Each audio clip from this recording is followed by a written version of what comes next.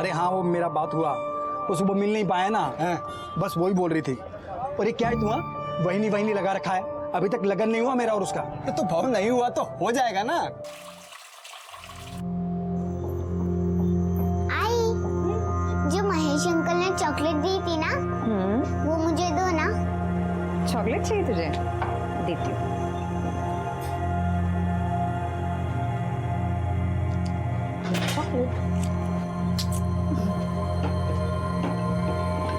आजकल बहुत ख्याल रख रहा है तुम दोनों का महेश।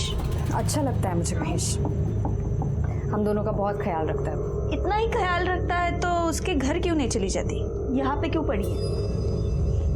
और वो महेश एक नंबर का गुंडा है, तुझसे शादी कभी नहीं करेगा। और यहाँ हमारे सर पे बैठने से अच्छा है तो ससुराल क्यों नहीं चली जाती?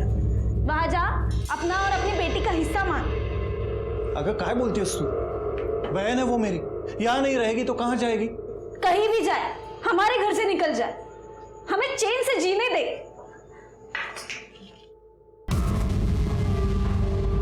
लो, नाम लिया और हाजिर हो गए। इन्हें लेने आए हो, लेके जाओ, जाओ।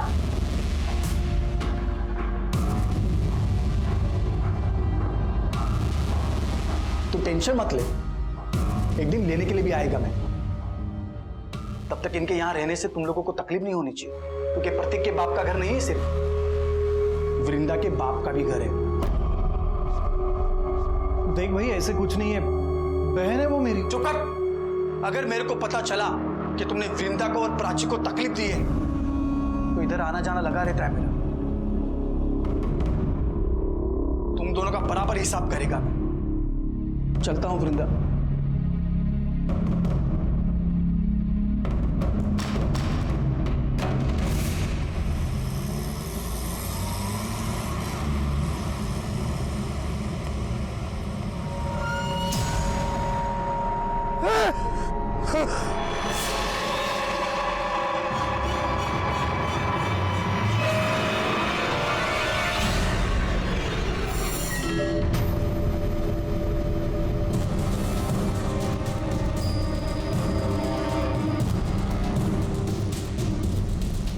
गले पर निशान देख रहे हो?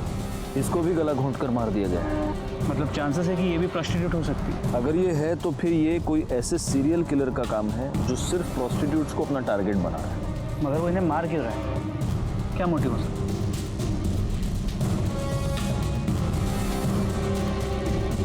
फिलहाल इसकी लाश को पोस्टमार्टम के लिए भेज दो और उनको बोलना जरा जल्दी भेजे रिपोर्ट। सर,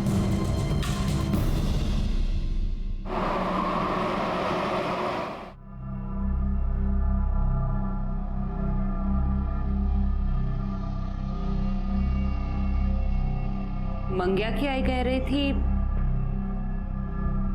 आज हाईवे पे एक और औरत की लाश मिली है।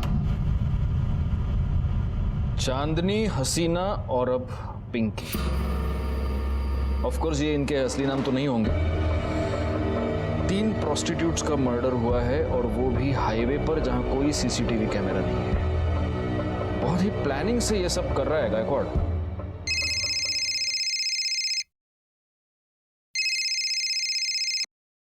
हाँ, मैंने बीपी की गोली ले ली है और सुबह से एक भी तीखा वड़ा पाव नहीं खाया है। सर। हाँ, वड़ा हाँ, टीवी क्या है टीवी पे? हाँ, रुको देखता हूँ। हाईवे पर एक के बाद एक 3 देह व्यापार में लिप्त औरतों की लाश मिली है। कातिल बड़े ही चालाकी से अपने काम को अंजाम दे रहा है। पुलिस हाथ पर हाथ धरे बैठी है। तकरीबन 10 दिनों में 3 औरतों का कत्ल हुआ है और पुलिस है कि उनके कान पर जूं तक नहीं रेंग रही है। मैं कैमरामैन आकाश के साथ लाइक खान। काय काम संपली काय सगळी? चलो टीवी बघतायत। शोभा, ये बताने के लिए फोन किया तुमने मुझे? अरे बाबा, रिपोर्टर अपना काम कर रहा है, मैं अपना काम कर रहा हूँ। हाँ चलो, रखो फोन अभी। हाँ, अरे तुम्हारी कसम, मैंने सुबह से एक भी वड़ा पाव नहीं खाया है। हाँ चलो, अरे रखो बाबा, रखो। हाँ चलो, ओके बाय। अरे सर, क्या है? अभी तो आपने कसम खाई है। हाँ, तो सुबह से एक भी वड़ा पाव नहीं खाया, ऐसी कसम खाई है मैंने, अभी खा रहा हूँ। सर, हाँ, पिंकी की पोस्टमार्टम रिपोर्ट। सर फिर से वही, मारने से पहले उसके साथ सेक्स किया गया था और गले पे ग्रीन नायलॉन की रस्सी के रेशे मिले। मतलब मर्डर वेपन एक ही है, ग्रीन नायलॉन की रस्सी। एक काम करो, हाईवे पर सिविल में पेट्रोलिंग बढ़ा दो, इससे पहले वो किसी और का खून करे हमें उसे पकड़ना ही होगा।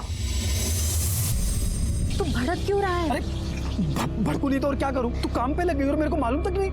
अरे मैं तुझे बताने वाली थी, तुम्हें छुपाकर नौकरी थोड़ी करती मैं। अरे मेरे को ये समझ में नहीं आ रहा है कि तेरे को नौकरी क्यों करनी है। तेरे को देता है ना मैं सब, तेरी बेटी का भी ख्याल रखता है मैं। मुझे पता है कि तू ख्याल रखता है, लेकिन मैं नौकरी प्राची के लिए कर रही हूँ। जिधर पे तू काम पे लगी उधर का सेठ कैसा है? अरे अच्छा आदमी है वो, तू परेशान मत हो। अच्छा मुझे लेट हो रहा है, मैं चलती हूँ, ठीक है? ठीक है। ये देखिए मैडम, ये बहुत प्यारी साड़ी है जी।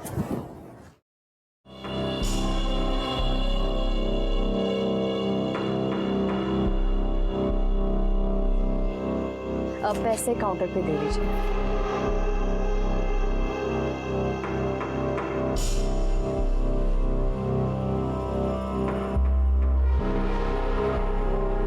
एक बात कहूँ जी? वो साड़ी तो कस्टमर ले गई, लेकिन वो साड़ी जब तुम अपने बदन पर ला कर दिखा रही थी ना, तो देखा मैंने, बहुत खूबसूरत दिख रही थी।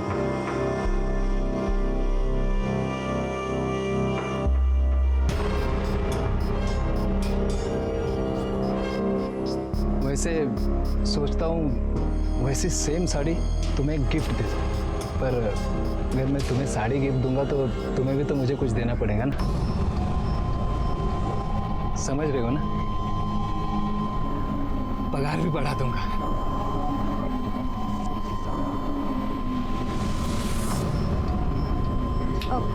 वो मैंने आपको बताया था ना, मुझे घर जल्दी जाना है आज। मैं जाऊँ क्या? हाँ हाँ जाओ ना, लेकिन जो मैंने कहा ध्यान में है ना?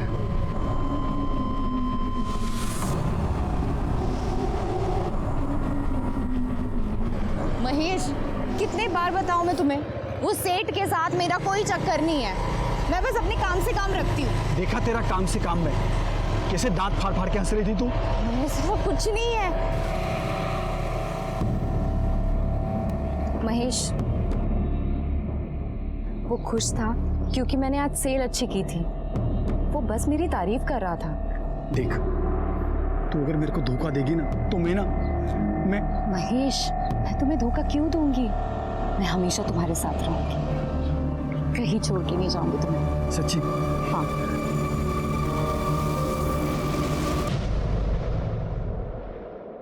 दीपा, ए दीपा, सुन तो, या देख दीपा, अच्छी तरह से बता रही हूँ, तेरी वो विधवा ननद वहाँ गली में उस महेश के साथ गुलछर्रे उड़ा रही है। अच्छा दिखता है ये? आखिरी बार समझा रही हो? ये सब यहाँ नहीं चलेगा, अच्छे से समझा दो उसको। बहुत हो गया अभी, और नहीं सहन कर सकती मैं।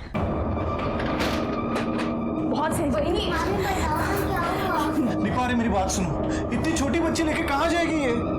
जहाँ जाना है जाए, और वो है ना उसका यार महेश, वो देख लेगा। दीपा, मेरी भांजी है वो। चलो बेटा, हो गया। अरे वो छोटी बच्ची है। चलो चलो चलो, बहुत हो गया, बहुत सुन लिया मैंने। दीपा, मेरी बात सुनो। मैंने बहुत सुन मेरी लिया। बहन है ये। बिल्कुल। दीपा,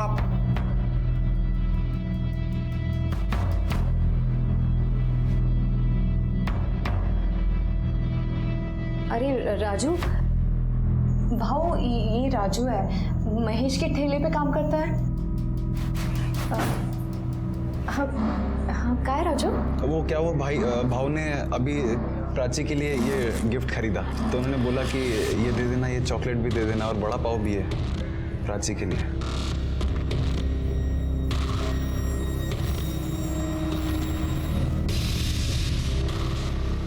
मैं चलता हूँ। चलता हूँ। देखा, अब ये और इसका यार हमें हमारे घर से कब निकल देगा ना, पता भी नहीं चलेगा। बहुत हो गया ये।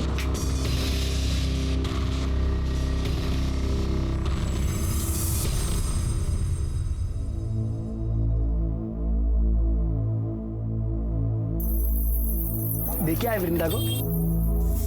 अरे क्या हुआ, ऐसा चुप क्यों है? कुछ हुआ क्या? अरे बोल ना, कुछ हुआ क्या? भाव, वृंदा बहनी के साथ कुछ ठीक नहीं हो रहा उस घर में।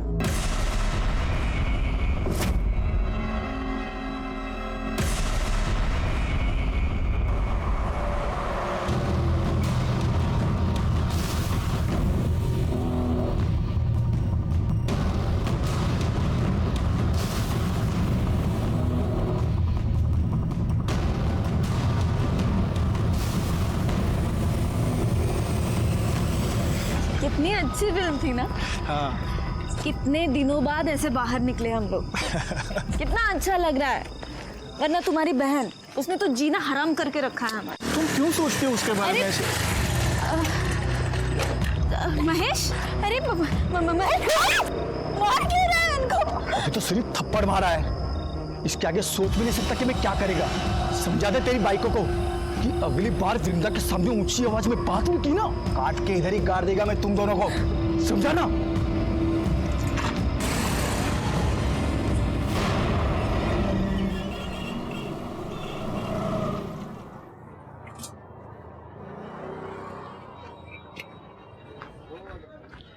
क्या भाव, क्या बात है? हाँ, आज आप इतनी जल्दी आ गए सुबह सुबह? अरे दिन में काम से जाना है, सोचा जल्दी जाके गाड़ी लगा देता हूँ, लेकिन देखना गाय गाय में पूरा तेल गिर गया। अरे भाव आप बिंदास जाओ, अरे आप बिंदास जाओ, मैं संभाल लेगा, जाओ। पक्का संभाल लेगा ना? भाव आप बिंदास जाओ, मैं संभाल लेगा सब कुछ, दो। ठीक है।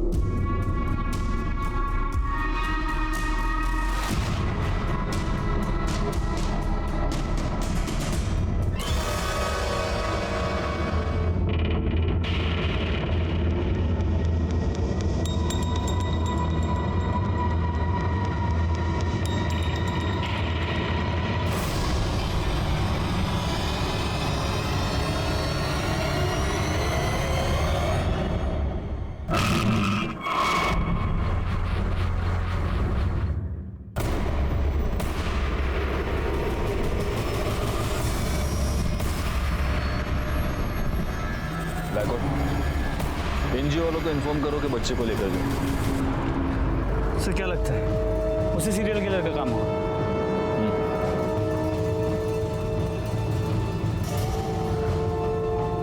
या तो वो हमसे 2 कदम आगे चल रहा है या हम बहुत स्लो है।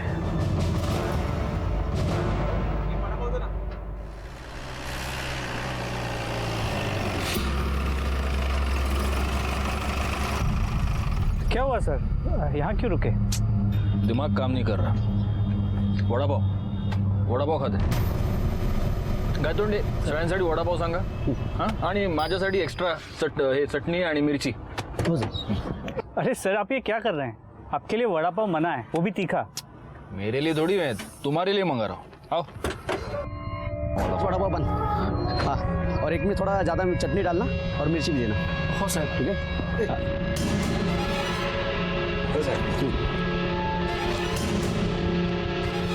या क्या सगळ्यांनी ये आपका चटनी वाला।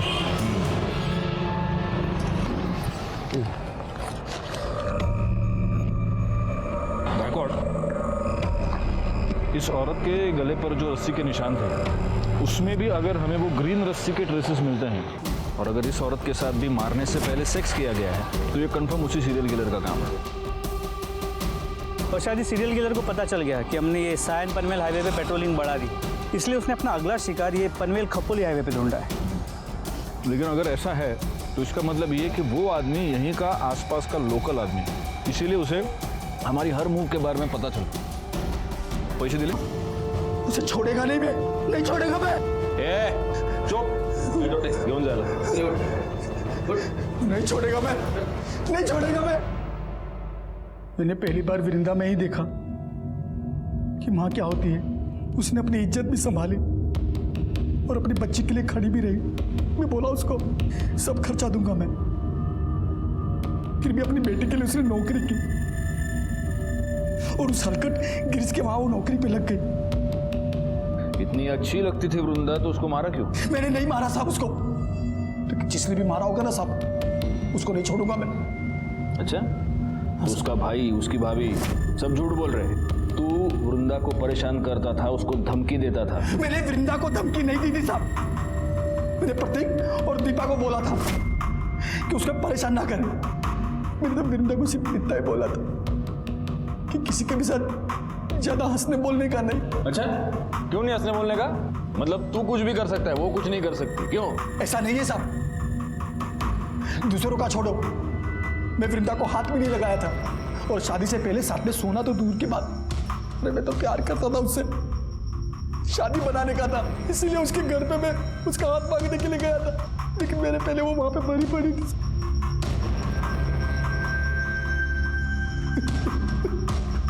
हाथ मांगने गया था? हाँ साहब, करीब 2 बजे के आसपास वृंदा का मेरे को फोन आया था। हाँ हेलो महेश, आज तुम शाम को 4 बजे घर आ सकते हो? अरे शाम को कैसे आएगा मैं, इधर धंधा कौन संभालेगा? शादी की बात करने के लिए तुम एक दिन जल्दी दुकान बंद नहीं कर सकते? क्या तू मेरे को शादी के लिए बुला रही है? मैं गाड़ी बंद करके घर गया, कपड़ा बदली किया, उसके घर के लिए निकला, जब घर जाके देखा तो वो पहले से मरी पड़ी थी साहब। कितने बजे पहुंचा उसके घर? 4:45 बजे पहुंचा होगा साहब, तब तक वो मर चुकी थी। मैंने कुछ नहीं किया साहब, आपको पूछ रहा है तो राजू से पूछ लो साहब। चल चल, मैंने मान लिया कि तूने वृंदा को नहीं मारा। किसने मारा? उसके भाई और भाभी ने मारा होगा साहब, क्योंकि उनको लगने लगा था कि वृंदा उन पे बोझ बनती चली जा रही है, और उन दोनों ने भी नहीं मारा होगा ना साहब, तो उस हलकट गिरीश ने मारा होगा उसे। सर ऐसी कोई बात नहीं, किसी ने आपको मेरे बारे में गलत बोला है, मैं उससे बहुत अच्छे से बात करता था। एक अच्छा है, तेरे दुकान में सीसीटीवी है, दिखा, फुटेज दिखा, सब पता चल जाएगा किससे कैसे बात करता है। इसमें ये क्या, चेक करो जरा। पासवर्ड क्या है? सर अरे पासवर्ड क्या है? सर वो मुझे अच्छी लगती थी, लाइन भी देती थी मुझे, तो मुझे लगा सब। तेरे दुकान में ग्रीन कलर की रस्सी है? ग्रीन क्यों सर? तू नहीं बताएगा। गायतोंडे सर, जरा शोधा सगळीकडे, देखो रस्सी मिलती है क्या? नहीं है सर। वैसे काफी रंगीन, काफी शौकीन आदमी लगता है तू। हाँ, उधर तो जाता होगा? किधर सर? उधर प्रोस्टिट्यूट्स के पास। अरे नहीं सर, मैं वैसा आदमी नहीं हूँ। वैसा आदमी नहीं है? नहीं सर। तो वैसा आदमी है? हाँ, मतलब 1-2 बार गया हूँ। हाँ, 1-2 बार गया है, और वहां जाने के बाद उनका खून भी किया है। सिर्फ 4 को मारा है, और को भी मारा? अरे नहीं सर, मैंने किसी को नहीं मारा है सर। सब पता चल जाएगा। गायतोंडे सर, सापड़ का? नहीं सर, दुकान चेक कर लिए और काउंटर भी देख लिए, कहीं ग्रीन कलर की रस्सी नहीं मिली। बोला ना सर, नहीं है सर कुछ। ठीक है, चला, तो इसे नहीं बताएगा, तेरे को है ना एक दिन हमारे यहाँ पे बुला के पूछूंगा। सर, एक बार रस्सी के लिए इस महेश के वड़ा पाव के स्टॉल को चेक कर लेता हूँ। कर लो। पूरी गाड़ी को अच्छे से चेक करो, देखो ग्रीन रस्सी मिलती है क्या।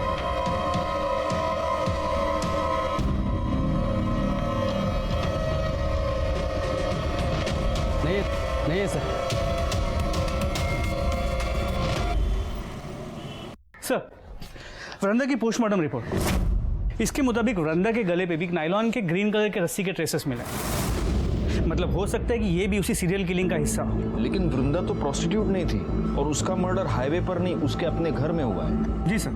सर, हमने महेश के कॉल रिकॉर्ड्स को चेक किया, वो सच कह रहा है। वृंदा ने उसे 2 बजे फ़ोन किया था, और वृंदा के पोस्टमार्टम रिपोर्ट के मुताबिक उसकी मौत दोपहर 2 और 3:30 के बीच हुई। महेश के मोबाइल लोकेशन के मुताबिक इस दौरान वो अपने घर पे था। महेश अपने घर से 3:30 बजे निकला, और 3:45 बजे वो वृंदा के घर पहुंचा। वृंदा के भाई प्रतीक ने हमें 3:55 को फ़ोन किया था, और हम वहाँ 4:15 बजे पहुंचे। सर, ये सब देखते हुए मुझे लगता नहीं है कि महेश ने वृंदा को मारा होगा। और सर, हमने महेश के वड़ा पाव की गाड़ी को भी चेक किया, वहाँ पे हमें कोई ग्रीन कलर की रस्सी नहीं मिली। वो तो रस्सी है गायकवाड़, वो तो गायब की जा सकती है, हटा दी जा सकती है। एक काम करो, महेश के साथ वो जो लड़का काम करता है उसको उठाओ, वो हमें बताएगा वहाँ रस्सी थी या नहीं, और अगर थी तो अब कहाँ है। साहब, महेश भाव तो बहुत अच्छे आदमी है साहब, कितना मदद किया, मेरा काम दिया, मेरे को खोल ही दिया इधर। मैंने कल सुबह ही देखा था, उधर ही पड़ी थी गाड़ी में। पक्का उधर ही थी? हाँ साहब, लेकिन आप लोग मेरे से रस्सी के बारे में क्यों पूछ रहे हो साहब? रस्सी पे तेल गिरा था। तो साहब, इतना फ्राई करते तो रस्सी पे तेल तो गिरेगा ना साहब। साहब, अभी तो आपको पता चल गया ना मैंने कुछ नहीं किया है साहब, फिर तो मेरे को छोड़ दो साहब। और साहब मैंने कुछ नहीं किया है साहब। सर, ये गिरीश के कॉल रिकॉर्ड्स। सर, इस कॉल रिकॉर्ड के मुताबिक वृंदा के मर्डर के वक्त, मतलब दोपहर को 3:20 से 3:35 के बीच, ये गिरीश वृंदा के घर के आसपास ही था। उतरा देना। इधर देख रहे, इकडे इकडे बघ.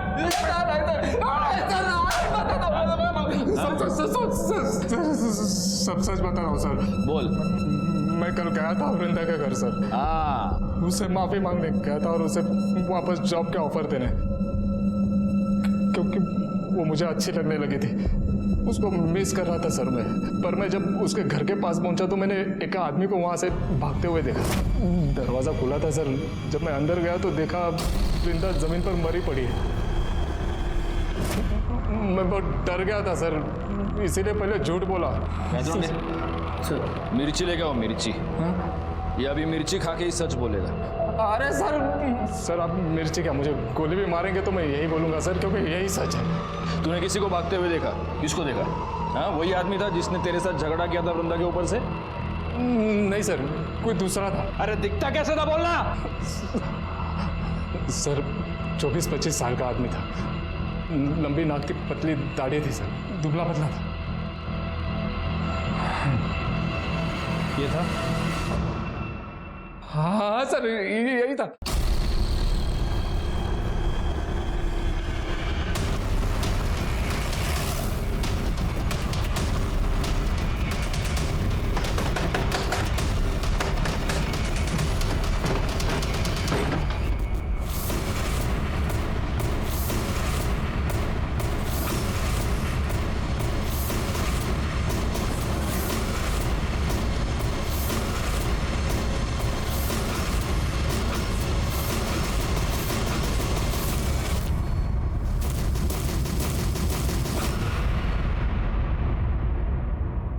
साहब मैंने मारा साहब. मैंने मारा वृंदा बहनी को साहब. वो दिन जब बाबू दुकान बंद करके गया था, मैं रस्सी लेके बहनी के उधर चला गया था साहब मैं. अरे राजू तू? मालूम है, भाव का इंतजार कर रहे थे ना. अरे वो आज रोज की तरह थोड़ी ना आएंगे. आज तो सज धज के एकदम टिप टॉप बन के आएंगे वो. अभी तो उन्होंने बड़ा पाव भेजा आपके लिए. अच्छा. भला एक गिलास पानी दे ना. हाँ, देते हैं. आती है ना.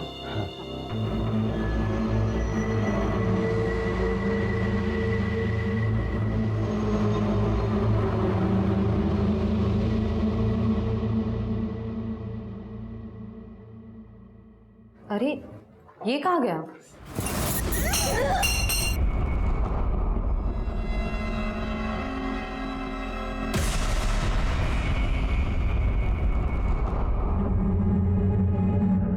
क्यों मारा वृंदा को? साहब मेरे को मालूम था साहब कि महेश भाई के आगे पीछे कोई नहीं है साहब. तो मेरे को लगा कि अगर महेश भाई वृंदा बहनी के खून के इल्जाम में अंदर हो गए तो पूरा ठेला मेरा हो जाएगा साहब. चल ठीक है, मैंने मान लिया वृंदा को तूने ये वड़ा पाव की गाड़ी की लालच में मारा. उन 4 औरतों को क्यों मारा? नहीं साहब, मैंने नहीं मारा 4 लोग. मैंने नहीं मारा साहब. मैं क्यों मारूंगा? झूठ बोल रहा है. अरे साहब मैं झूठ नहीं बोल रहा, मैं तो सच बोल रहा हूँ. अभी महेश भाव ने मारा. मेरे को मालूम है साहब, वो रस्सी लेके हमेशा जाते थे सर किधर को भी. मैं सोचता था किधर जा रहे हैं रस्सी लेकर.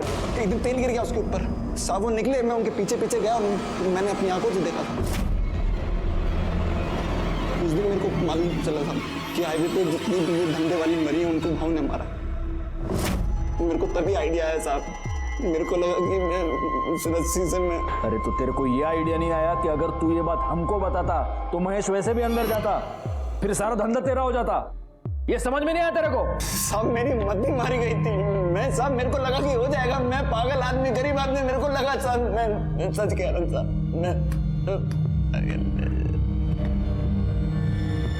महेश,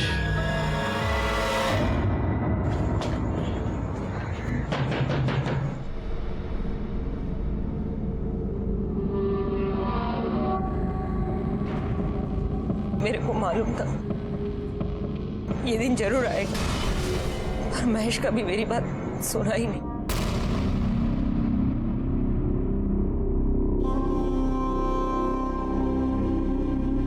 इसका मतलब आप ये जानती हैं कि हाईवे पर जिन औरतों के खून हो रहे हैं वो आपका बेटा ही कर रहा है. जी साहब. तो आपने ये बात कभी पुलिस को बताई क्यों नहीं?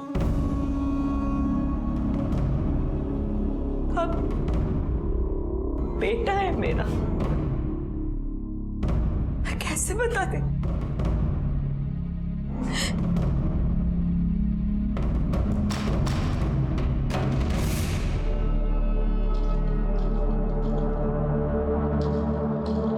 कभी मैं भी इनमें से एक थी।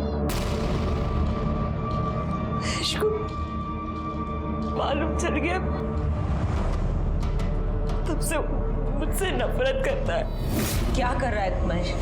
सब कुछ मालूम है ना तुझे, फिर क्यों शादी करके उस लड़की की जिंदगी बर्बाद कर रहा है? चुप कर, उसके लिए मैं है, वो तेरी तरह नहीं है। वो मर भी जाएगी ना तब भी खुद को नहीं बेचेगी।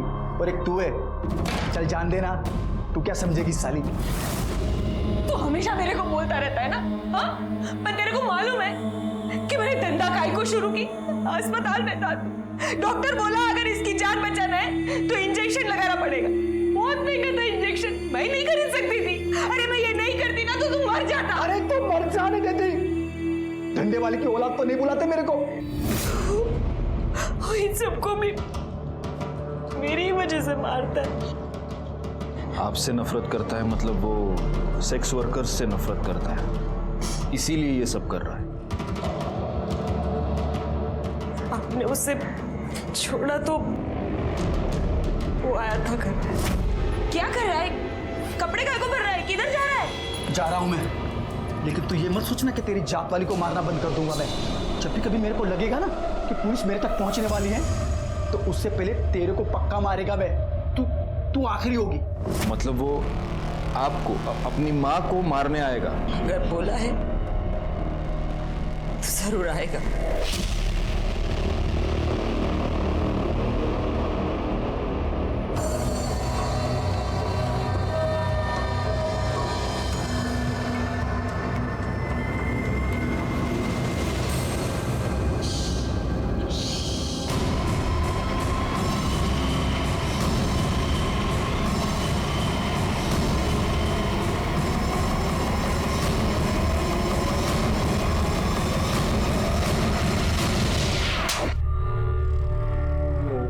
मैं 12 साल का हुआ जब मेरे को मालूम पड़ा कि मेरी आई क्या काम करती है। तुझे पता है तेरी आई क्या काम करती है?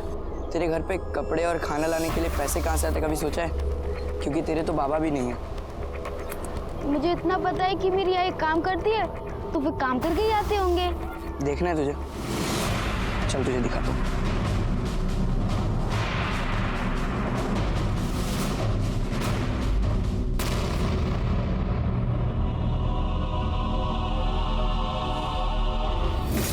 फिर सभी धंधे वाली, उनकी पूरी जात से मेरे को नफरत हो गई। मैं सबको खत्म कर देना चाहता था ताकि फिर से कोई बिना बाप के नाम वाला महेश किधर को पैदा ना हो।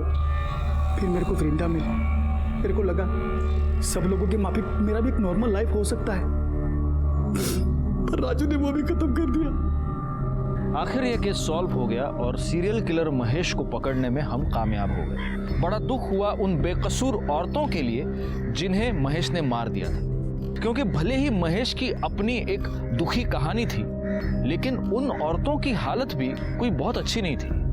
150 रुपए के लिए वो अपने आप को बेचने पर मजबूर थी। और सबसे ज्यादा दुख हुआ महेश की मां सपना के लिए, जिसने अपने बेटे के लिए अपने आप को बेचा, लेकिन उसी की वजह से उसका बेटा शर्मिंदा था और अंत में एक भयानक कातिल बन गया। खैर, मैं इंस्पेक्टर राजेश जाधव आपसे